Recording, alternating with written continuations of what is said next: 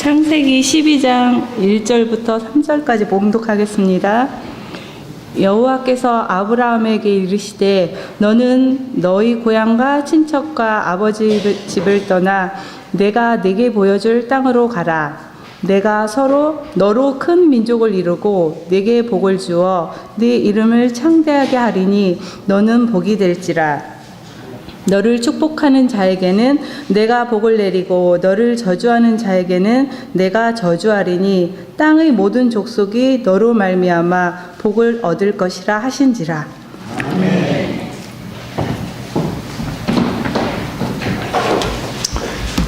우리가 살아가면서 누구를 만나느냐, 그 만남에 의해서 운명이 결정되어질 때가 참 많습니다. 참 1초만 늦었어도 아니면 1초만 빨랐어도 또 만나지 못할 사람, 근데 가장 정확하게 만나서 서로 간에 영향을 받고 산다는 것이 얼마나 소중한지 모르겠습니다. 그래서 우리는 늘 좋은 만남을 위해서 기도해야 됩니다. 네, 어제 저녁에 제가 뉴스를 보면서 깜짝 놀라는 만남을 하나 보았어요. 또 남북 정상이 이렇게 만났더라고요. 참 어디로 튈지 모르는 사람들이 지도자들인 것 같아요. 네, 좋은 만남, 아무쪼록 전쟁을 막으려고 하고 분열을 막으려고 하고 평화를 이루려고 하는 그러한 좋은 만남이 되었으면 좋겠습니다. 훗날의 역사가들이 아마 이런 만남들을 기록하겠죠. 그래서 의미 있는 만남이었다 또는 뭐 여러 가지 다양한 방법으로 기록을 할 것입니다. 네, 저희는 이 만남이 평화를 이루는 그런 만남, 좋은 만남이기를 위해서 늘 기도하는 게 좋겠다 이런 생각이 듭니다.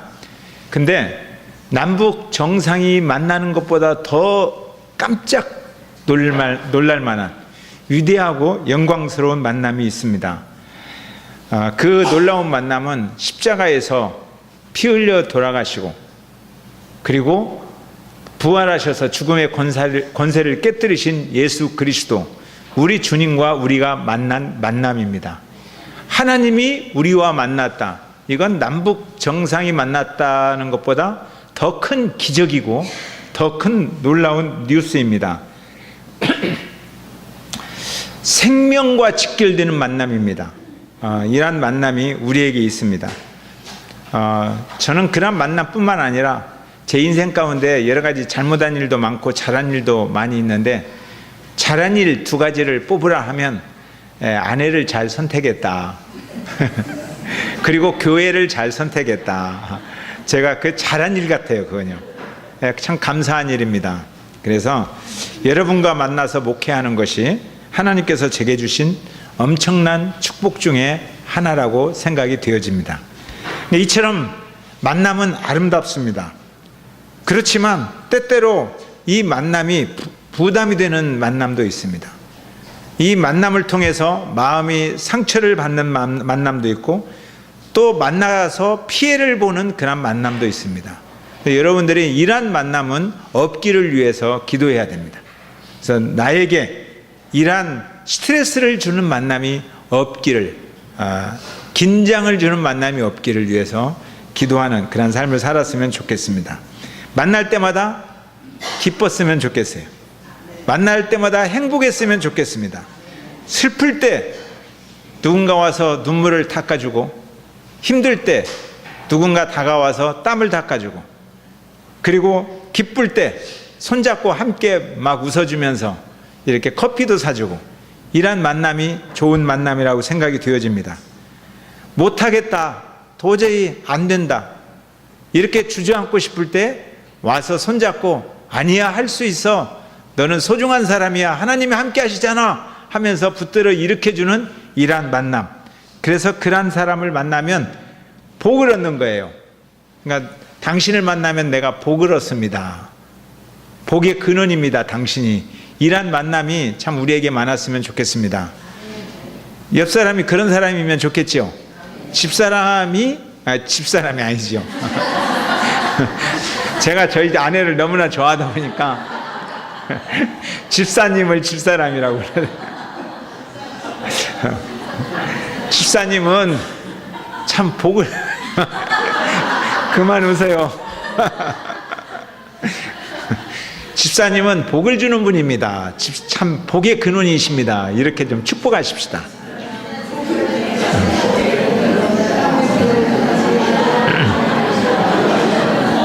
네. 하나님께서 직접 복의 근원입니다 라고 말하신 분이 있어요. 오늘 성경을 보니까 아브라함이 그런 사람이에요. 아브라함. 그러니까 아브라함은 하나님께서 당신은 복의 근원이다 라고 말한 거예요. 얼마나 행복합니까? 원래 이름이 아브람입니다. 근데 나중에 믿음의 순종의 삶을 잘 살았기 때문에 하나님께서 그 이름을 확장시켜 줬어요. 모든 민족의 아버지다. 그래서 아브라함이라고 확장을 시켜 줬습니다. 근데 확장되기 전에 이 이 아브의 이름은 아버지라는 뜻이에요. 우리나라하고 비슷하죠. 아버지, 람, 존귀하다. 그러니까 존귀한 아버지입니다 할 때 아브람이에요. 우리나라뿐만 아니라 동양 문화권은 본래 이름에 뜻이 있어요. 그냥 아무렇게나 짓는 게 아니라 어떤 소망을 품고 사회적인 기대를 담아서 이름을 짓는 거예요. 여러분의 이름도 다 그래요. 그러니까 아브람, 존귀한 아버지다. 여러분들이 그 자녀들에게 아버지는 참 존귀하신 분입니다, 이런 인사 받을 수 있으면 잘 사신 겁니다. 그죠? 예. 아버지들만 존귀한 아버지가 되겠습니다. 한번 해보시죠. 시작. 그렇게 존귀한 아버지가 돼야 되죠. 아브람, 아버지가 참 존귀해야 됩니다. 그래서 여러분들이 그런 축복을 받고 또 어머니들도 존귀한 어머니가 돼야 되죠. 창세기, 오늘부터 창세기를 설교하려고 하는데 이 창세기는 태초에 하나님이 천지를 창조하신 이야기입니다. 세상을 창조하신 이야기. 하나님이 천지를 창조하심으로 이제 세상이 시작되었다라는 것을 알려주는 이야기예요. 그러니까 이 알려주는 내용 중에 또 중요한 사람들이 나와요. 시작을 알리는 사람들. 아담이 시작을 알리죠. 인류의 시작이 이렇게 되었다라고 알려주는 사람이 아담이에요. 근데 아담은 불행하게도 죄인도 이렇게 시작되었다라고 알려주는 것이, 하나님께 불순종하는 죄인의 삶을 알려주는 사람이 아담이 되었어요. 그래서 이 땅에 죄가 많아졌잖아요. 그러니까 하나님께서 죄가 관영한 이 땅의 모든 사람들을 홍수로 심판하시기로 결심하셨어요. 심판하시고 인류를 새롭게 창조해야겠다. 그래서 한 가정을 남겨서 인류를 새롭게 열어가는 거예요. 그 사람이 노아입니다. 그래서 노아도 새로운 인류를 시작하신 인류의 시조가 되는 사람이에요. 그런데 그래도 이 노아의 후손이 또 죄가 가득 차는 거예요. 그래서 하나님께서는 안 되겠다. 이 세상을 새롭게 만드는 게 아니라 이 세상 속에서 한 사람을 불러내서 하나님이 직접 통치하시는 나라를 만들어야겠다라는 계획을 선포하시고 시작하신 사람이 아브라함이에요. 그러니까 아담, 노아, 아브라함, 이 사람은 중요한 사람이죠. 근데 아담과 노아는 이 세계에 관한, 세계 역사에 관한 사람이에요. 그래서 1장부터 11장까지를 세계의 역사라고 말하는 거예요. 그러면 12장부터는 이제 진짜 하나님의 나라의 역사가 시작되는 거예요. 그래서 아브라함이 굉장히 중요한 사람입니다. 세계 역사의 이야기는 건너뛰고 제가 이제 12장부터 아브라함부터 이야기를 시작하려고 합니다. 세상에서 한 사람을 불러내어서 하나님이 통치하시는 나라, 하나님이 직접 다스리는 나라, 하나님의 이름으로 사는 나라, 하나님의 나라를 꿈꾸는 사람들이 모여 사는 나라, 이 나라를 아브라함을 통해서 시작하시는 겁니다. 그러니까 믿음으로 살아가는 삶이 무엇인가, 또는 하나님의 백성은 어떻게 살아야 되는가, 아브라함을 보면 잘 알 수 있어요. 아브라함을 오늘부터 묵상하겠습니다. 1절 한번 읽어볼까요? 1절 시작.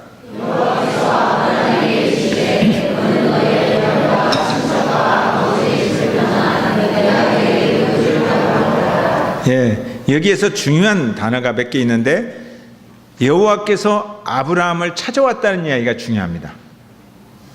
그리고 또 하나는 두 동사, 행동하게 하는 명령, 떠나라, 가라. 이 명령이 중요해요. 자, 그러면 아브라함이 하나님을 찾았다는 이야기가 성경에 있습니까? 없어요. 아브라함은 하나님을 찾을 만한 신앙을 가지고 있지 않았어요. 왜냐하면 데라가 우상 숭배 집안의 사람이에요. 우상을 숭배하는 사람이에요. 그러니까 우상 숭배하는 집안에서 커온 사람이에요. 그래서 하나님을 찾을 만한 신앙을 가지고 있지 못해요, 아브라함은. 그런데 하나님이 어떤 계획을 가지고 아브라함을 찾아오셨어요. 그리고 아브라함을 두드리셨어요. 나랑 만나자. 나랑 이야기하자. 그리고 내 꿈을 들려줄게. 그리고 하나님의 꿈을 아브라함에게 들려주는 거예요. 이게 놀라운 은혜예요. 특별한 은혜. 도저히 하나님을 만날 수 없는 사람이 하나님을 만나게 되었다는 거예요. 우상을 섬기는 집안의 아들이었지만, 그리고 하나님을 잘 알지도 못하는 어리숙한 사람이었지만 하나님이 주권적으로 특별한 은혜를 가지고 찾아오신 거예요. 그래서 만나자. 하나님이 여러분들을 어떻게 찾아오셨나요? 성경은 이렇게 말합니다. 우리가 아직 죄인 되었을 때에, 그러니까 죄인 되었으니까 하나님을 찾을 만한 마음이 없어요. 하나님을 알지도 못해요. 그런 신앙이 없을 때에 하나님께서 특별한 주권적인 역사를 가지고 찾아오신 거예요. 그래서 우리의 마음을 두드리셨어요. 그러니까 이루어질 수 없는 일들이 이루어졌습니다. 이것을 우리는 은혜다 이렇게 말해요. 죄악 가운데 있을 때 찾아오셨고, 마음의 문을 두드리셨고, 만나자고 요청하셨고, 손을 내밀어 주셨고, 그리고 영접하는 자, 곧 그 이름을 믿는 자에게는 하나님의 자녀가 되는 권세를 주셨습니다. 이 만남이 기적인 거예요. 이런 기적을 경험하셨습니까? 이것보다 더 큰 기적은 없어요. 그런데 많은 사람들이 이것을 기적이라고 생각 안 하고 기적을 찾아 헤매고 있어요. 오늘도 많은 분들이 기적이 일어나는 교회를 찾아 헤매고 있어요. 하나님과 만난 기적을 기적이라고 생각을 못 하는 거예요. 이보다 더 큰 기적은 없어요. 죄인이 하나님과 만났다. 이 놀라운 기적을 우리는 경험했어요. 자, 그러면 이러한 큰 은혜를 경험했다면 우리는 어떻게 살아야 될까요? 하나님의 사랑에 푹 빠져서 살아야 돼요. 그런데 하나님의 사랑에 푹 빠져 살지 못하는 것이 인간의 한계인 것 같습니다. 그리고 다른 기적을 찾아 헤매는 거예요. 또 다른 기적. 하나님이 나를 찾아온 이 위대한 말씀보다 또 다른 말씀이 혹시 있을까? 또 다른 예언이 있을까? 또 다른 어떠한 영이 있을까? 하나님이 나를 찾아온 위대한 성령님, 이 성령님 말고 또 다른 영이 있을까? 이러면서 끊임없이 성령과 함께하는 것을 영적인 생활이라고 생각 안 하고 또 다른 영적인 생활을 찾아 헤매는 사람들이 우리 주변에는 정말 많이 있습니다. 자, 아브라함은 어땠을까요? 아브라함은 하나님이 이렇게 찾아왔어요. 100% 순종했을까요? 이제 찾아봐야 되죠. 1절 한번 읽어봐요. 다시 한번. 자, 시작.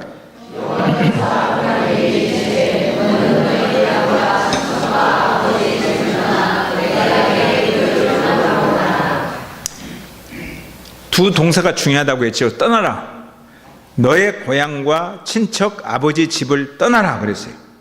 그리고 내게 너한테 보여주고 싶은 땅, 앞으로 보여줄 땅이 있는데 그 땅으로 가라 그랬어요. 왜 떠나라고 했을까요?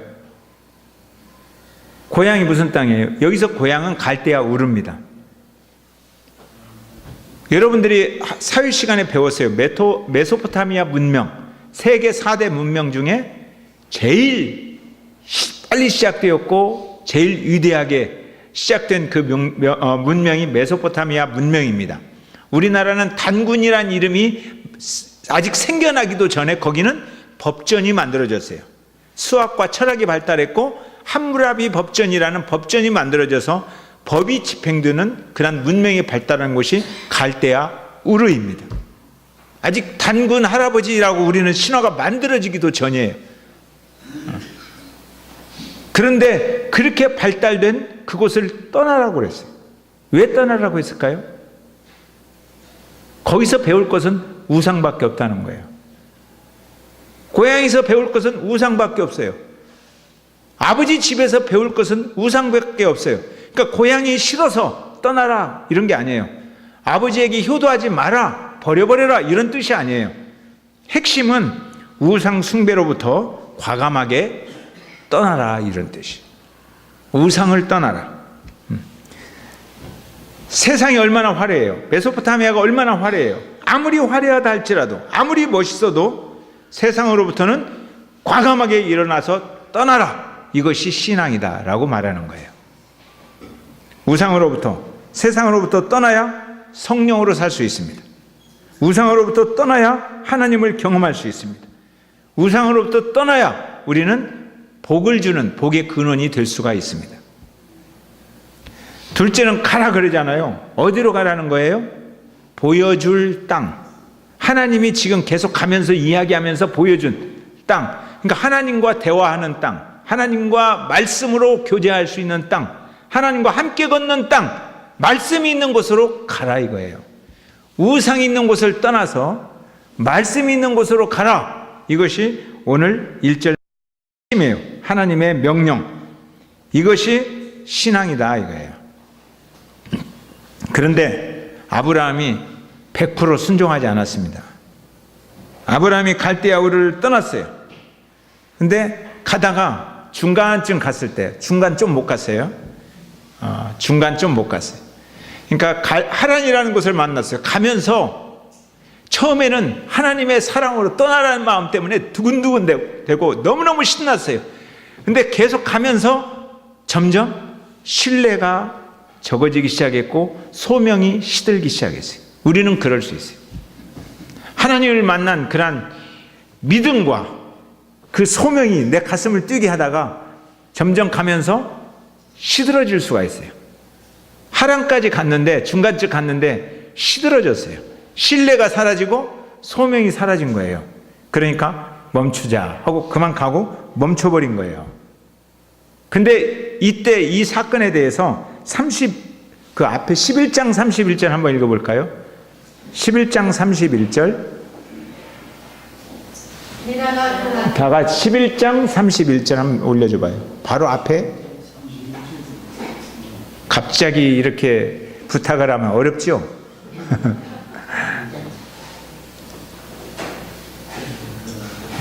안 되면 여러분들 성경책 찾아서 읽읍시다. 자, 11장 31절 시작.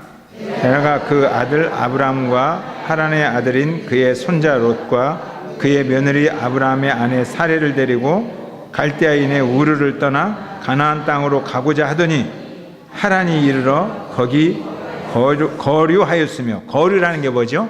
그냥 살았다 이거예요. 하란이라는 땅에. 근데 이 출발을 주도한 사람이 데라예요. 데라를 중심으로 쓰여 있어요. 데라, 이것을 그 히브리 말인데 무슨 뜻이냐면 지연하다라는 뜻이에요. 영어로 딜레이드였다. 딜레이라는 뜻이에요.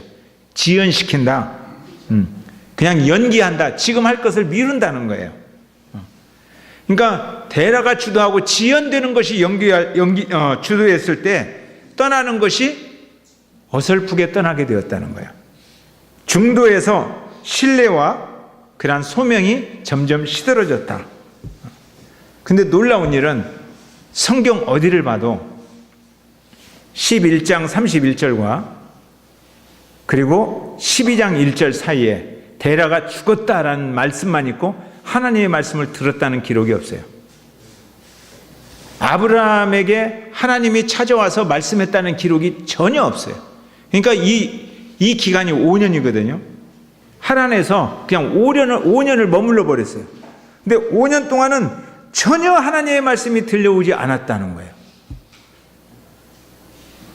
하나님 앞에 순종하며 나가는 길을 멈추었을 때 하나님의 신뢰와 소명, 하나님을 신뢰하는 그 신뢰도 약해졌고 소명도 약해졌고 말씀도 들려오지 않았고 이 모든 기간이 낭비하는 시간이 되어버렸다라는 거예요. 인생을 낭비하는 시간이 되어버렸다. 하루하루가 얼마나 소중한데요. 인생을 낭비하면 되겠습니까? 저는 정말 하루하루가 너무너무 소중하다는 생각을 합니다. 여러분들 하루하루 있잖아요. 하나님이 함께 하시니 하루가 얼마나 소중하고 얼마나 신나고 얼마나 위대한지 아세요? 인생 낭비하지 않았으면 좋겠습니다. 우상으로부터 과감하게 떠나야 되는 거예요. 세상이 요구하는 가치로부터 과감하게 떠나야, 그래야 하나님의 말씀이 들려옵니다.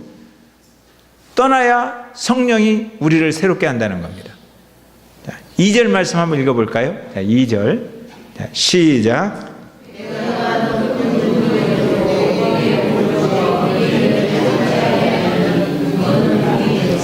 그때 잘 되다가 막 안 돼요. 이제 31절로 어떻게 돌아갔어. 2절 제가 다시 한번 읽어볼게요. 내가 너로 큰 민족을 이루고 내게 복을 주어 내 이름을 창대케 하리니 너는 복이 될지라 그랬어요. 그러니까 이 2절은 1절을 순종했을 때 이루어지는 축복이에요. 하나님이 2절을 주고 싶은 거예요. 여러분들 자녀에게 뭔가를 주고 싶은 마음이 있어요, 없어요? 있지요. 소원이죠. 자녀가 받으려고 하는 거 있고 안 받으려고 하는 게 있어요. 신앙이 유산 물려주고 싶은데 잘 안 받으려고 그래요. 돈은 조금만 물려주려고 하는데 많이 받으려고 그래요. 어쨌든 자녀한테 물려주고 싶은 소원이 있어요. 마찬가지로 하나님도 우리에게 물려주고 싶은, 축복하고 싶은 소원이 있어요. 그 소원이 2절과 3절이에요. 하나님의 소원이 담겨져 있어요. 내게 복을 주어 너로 큰 민족을 먼저 이루겠다는 거예요. 그러니까 너 혼자 가는 길이 아니라는 거예요. 너는 하나님의 백성, 주민등록번호 1번, 그런데 1번으로 끝나지 아니한다는 거예요. 하나님의 백성이, 하나님을 따르는 많은 사람들이 많아진다는 거예요. 공동체가 많아질 것이다. 함께 가는 사람이 많아질 것이다. 반드시 그렇게 된다. 그리고 두 번째는 내 이름이 창대케 하는 복을 너는 받게 된다. 여기서 창대케 하는 복이라는 것은 하나님의 심장에 새겨지는 이름이 된다, 이 말이에요. 너의 이름이 하늘나라의 생명책에 기록되는 이름이다. 하늘의 신령한 복이 주어지는 그런 복이다. 영원한 생명을 얻는 복이다. 하나님의 자녀로 살아가는 복이다.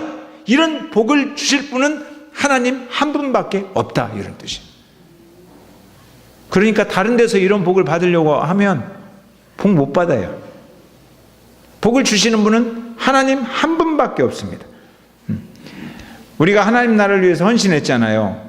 하나님 나라를 헌신하신 분들의 그 인생, 하나님 나라의 영광스러운 면류관이 예비된 줄로 저는 믿습니다. 하나님의 생명의 면류관이 우리들에게 예비되었다는 거예요. 하나님 나라를 위하여 힘들고 어려울 때도 여러분들 물질을 드렸잖아요. 가난한 이웃을 향해서 물질을 드렸잖아요. 하나님이 이것을 기억하실 줄로 믿습니다. 그래서 하나님의 나라의 보화에 여러분의 이름이 기록된 것을 믿습니다. 저는 자부심이 하나 있어요. 어떤 때는 자존감이 낮은 영역도 있지만 저는 엄청난 자부심이 하나 있는데 하나님 나라에 기록될 저의 이름이에요. 저는 이 이름에 대해서 큰 자부심을 가지고 살아가고 있습니다. 때로는 내가 이 땅에서 뭐 하려고 하다가 좀 못할 때가 있어요. 이거 미리 좀 준비해 놨으면 됐을 텐데 너무 준비 안 해가지고 뭘 해야 되니까 못하는 거예요. 이런 문제가 있지만 그러나 제 자부심은 흔들리지 않아요. 어제도 유목사님하고 어디를 가면서 유목사님한테 유목사가 나를 바라볼 때 어떤지 모르겠는데 내가 한 가지 지금까지 이렇게 살아온 것에 대한 자부심이 있다. 나는 하나님 나라에 대한 자부심을 가지고 목회해야 한다. 이런 자부심 너에게 있었으면 좋겠다. 어제 그런 이야기를 했어요. 하나님 나라에 대한 자부심. 그러나 하나님 나라에 대한 자부심이 부족한 분도 있어요. 왜냐하면 떠나라 할 때 떠나지 못하고 가라 할 때 가지 못하면 하나님 나라의 이 놀라운 축복을 가슴으로 느낄 수가 없어요. 그래서 하나님 나라에 대한 자부심도 약해질 수밖에 없어요. 여러분들 하나님 나라에 대한 자부심을 가지고 삽시다. 아멘. 너는 복이 될지라 그랬잖아요. 이 복의 출발이라는 거. 옛날 성경에는 복의 근원이라고 했어요. 근원. 너로부터 복이 시작된다는 거예요. 그러니까 나 혼자 복을 누리고 잘 사는 게 아니라 내가 하나님 앞에 순종해서 나갔더니 나와 관계된 사람들이 나와 함께 그 복을 누린다는 거예요. 여러분을 통해서 다른 사람이 복을 받으면 좋잖아요. 그게 싫어요? 저는 저로 인해서 우리 자녀들이 복을 받았으면 좋겠어요. 저는 저로 인해서 여러분들이 복을 받았으면 좋겠어요. 더 나아가서 저로 인해서 모든 민족이 복을 받았으면 좋겠어요. 저로 인해서 북한 민족이 복을 받았으면 좋겠어요. 지금 북한하고 이렇게 이야기가 되어지니까 어느 분이 은퇴하면 어디로 갈까 그러더라고요. 그래서 제가 은퇴하면 북한으로 가세요. 그래서 북한으로 가서 선교의 이야기를 많이 하잖아요. 그분에게 북한으로 가서 먼저 교회를 개척하세요. 그러면 제가 부목사로 바로 나중에 갈게요. 하나님께서 내게 생명을 주셨으니까 나로 인해서 다른 사람들이, 복이 없는 사람들이 복을 받았으면 좋겠어요. 아멘? 그러니까 복이 없는 사람들 욕하지 말고, 저 사람들이 나로 인해서 복을 많이 받았으면 좋겠다. 저 민족도 생명책에 기록되면 좋겠다. 이런 소원을 여러분들이 가지고 살기를 소망합니다. 아멘? 이게 복이에요. 하나님 주시는 하나님의 소원. 이 소원이 3절까지 계속되는 거예요. 3절. 시작. 3절. 엄청 컴퓨터가 느리는 거예요. 안 올라가요. 3절. 자, 성경책 앞으로 우리가 온라인으로 사는 것이 너무나 익숙해져서 그냥 오프라인으로 살기 위해서 성경책 가지고 다닙시다. 3절. 자, 시작.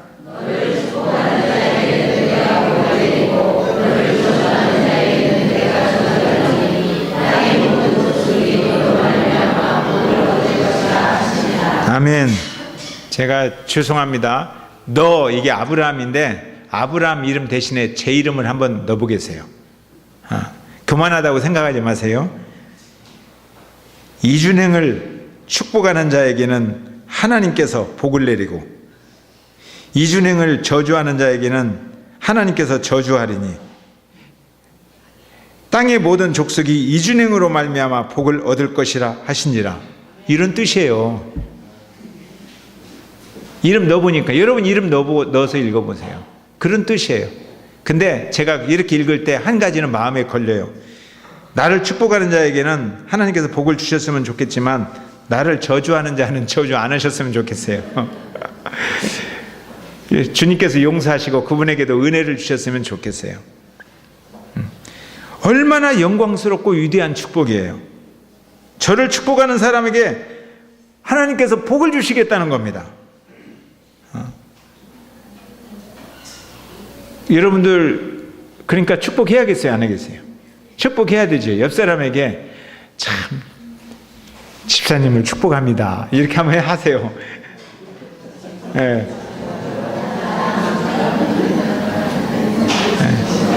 그러면 하나님께서 여러분들을 축복하시겠다는 거예요. 아멘? 그러니까 같은 말을 해도 여러분들 자녀도 축복하세요. 저런 빌어먹을 놈 그런 말 하지 말고 그냥 축복하세요. 하나님께서 많은 축복을 주어서 너 같은 놈 어디에다 쓸 게 있느냐 그러지 말고 하나님이 너를 얼마나 아름답게 쓰시는지 껴안고 축복해 주세요. 가장 불행한 가정은 어떤 가정인지 아세요? 아들이 너무너무 좋아가지고 엄마 나 100점 맞았어 하니까 국어는? 하고 물어보는 거예요. 그 집이 불행한 가정이에요.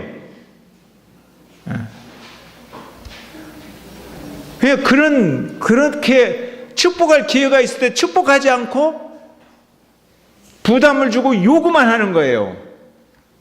행복한 가정은요, 축복하는 겁니다. 많이 축복해 주시고 이렇게 축복하면 하나님께서 그 모든 가정을 축복하시겠다고 하는데도 왜 축복을 못해요? 예수 그리스도의 이름으로 축복하고 이 말을 다른 말로 이렇게 해석해 보면 이제 아브라함이 어디를 가잖아요. 근데 얼마나 두렵겠어요. 무서워요. 어떤 일이 일어날지 몰라요. 어떤 사람을 만날지 몰라요.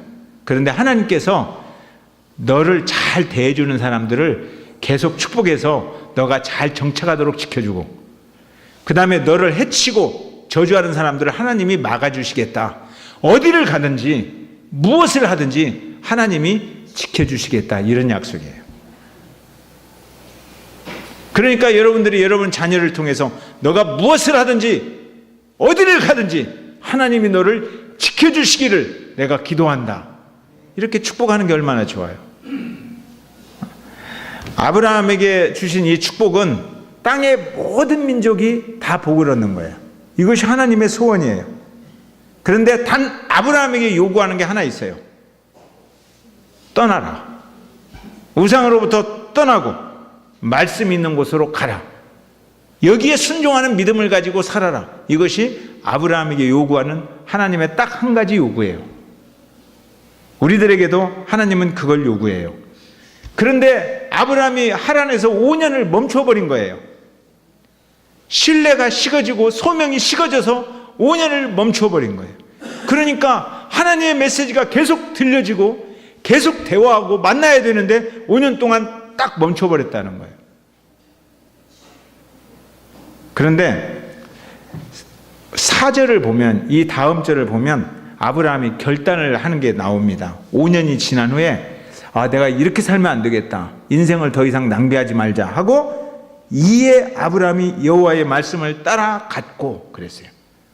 이에 하나님의 말씀을 따라 믿음이 점점 성장하면서 신뢰와 소명을 새롭게 하면서 순종하기를 시작했더니 잠잠하셨던 하나님이 즉시 반응하십니다.